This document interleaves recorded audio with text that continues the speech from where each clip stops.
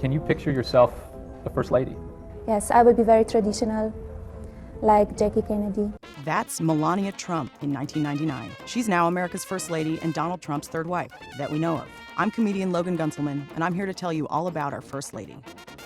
Melania Knobs was born in Novo Mesto, Slovenia in 1970, making her the only First Lady in nearly 200 years to be born outside of the U.S. and one of the only immigrants married to someone who seemingly hates immigrants. Melania's father, who some have suggested looks like the Donald, was a member of the Communist Party, and her mother was a pattern maker for children's clothing. When Melania eventually became First Lady, she sponsored her parents to successfully emigrate to America, taking advantage of chain migration, where a green card holder or legal resident can sponsor a family member to live in the U.S. It's a practice Trump very badly wants to end. The legislation must end chain migration. We have to end chain migration. Thanks to chain migration, the whole family can discuss this topic together at Thanksgiving now. Growing up, Melania was always interested in fashion and the finer things in life. The New York Times notes, Melania wrapped her notebooks in magazine perfume ads and kept her knitted sweaters in purple lockers. She attended the Secondary School of Design and Photography in Ljubljana, where she listened to a tasteful palette of angst, Metallica and The Cure.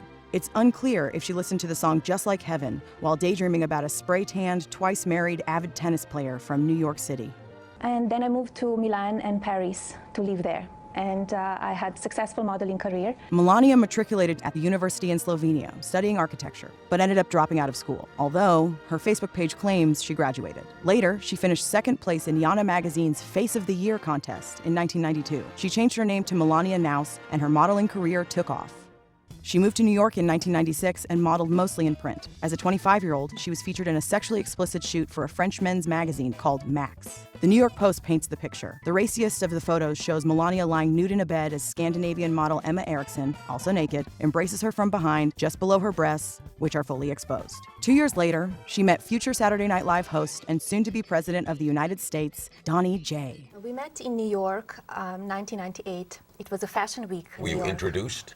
Well, no, we were both at the same party, and that's how we met. He came to Right me. away? I went crazy. I said, I was actually supposed to meet somebody else. According to The New Yorker, the two broke up briefly in 2000 when Trump was considering a run for president. But in 2004, Trump proposed to Melania with a $1.5 million ring at the Met Gala. What was it that you saw in Donald when you met him or fell in love with him? His mind, amazing mind. Ah, yes, his amazing mind. While seemingly falling head over heels for the reality star, in 2005 she appeared in this insurance commercial. The same year, she married Trump in Palm Beach, Florida at Mar-a-Lago. In attendance were Trump's closest friends, like Trump's soon-to-be 2016 Democrat presidential opponent Hillary Clinton, and her husband Bill, Billy Joel, and the face of the Ukraine scandal and an ostensible enemy of Melania, Mayor Rudy Giuliani. I never talked to Mr. Giuliani. A year after the wedding, Melania gave birth to her son Barron, who Trump admitted he wouldn't take care of or even see. Now, I know Melania. I'm not going to be doing the diapers. I'm not going to be making the food. I may never even see the kids, frankly. During her husband's presidential run, Melania made a speech at the Republican National Convention in 2016, which was, in part, plagiarized from Michelle Obama's 2008 DNC speech. A CNN side-by-side shows the similarities. You work hard for what you want in life. That your word is your bond, that you do what you say you're gonna do. You work hard for what you want in life. That your word is your bond, and you do what you say and keep your promise. Melania claims she wrote the speech, quote, with as little help as possible, unquote.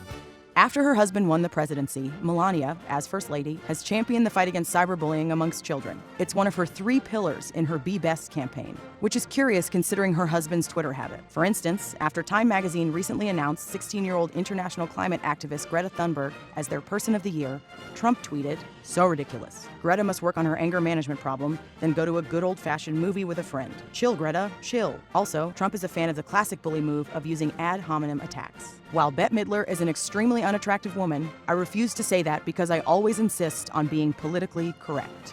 But at least he can dish it out just as hard as he can take it. I have never seen a thin person drinking Diet Coke. Social media can be both positively and negatively affect on our children. The booklet for Melania's Be Best initiative was criticized for plagiarizing an Obama-era booklet.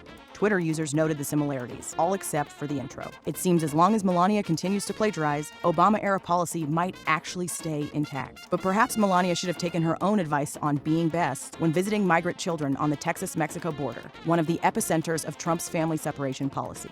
On a visit to a child detention center, Melania wore a jacket that read, "I don't really care, do you?" I could say I'm the most bullied person on on the world. She later claimed it was in response to how she is portrayed in the media, but she largely hasn't been covered all that much, except for broad reporting on her blood red Christmas trees. She's been one of the most enigmatic first ladies in one of the least enigmatic administrations. There have been, however, extensive amounts of reporting on Melania's relationship with her husband. Some say she's being held hostage, a prisoner in her own home. Others say she's complicit in his acts and estranged from the president, secretly mounting a coup. And some say the couple is perfectly fine. It's unclear where she falls in this love triangle encompassing herself, her husband's ego, and her husband. But maybe we're all overthinking it. And maybe, just maybe, she just doesn't care. Hey, thanks for watching Who Is? Did you know we have a podcast now too? On Who Is, the podcast?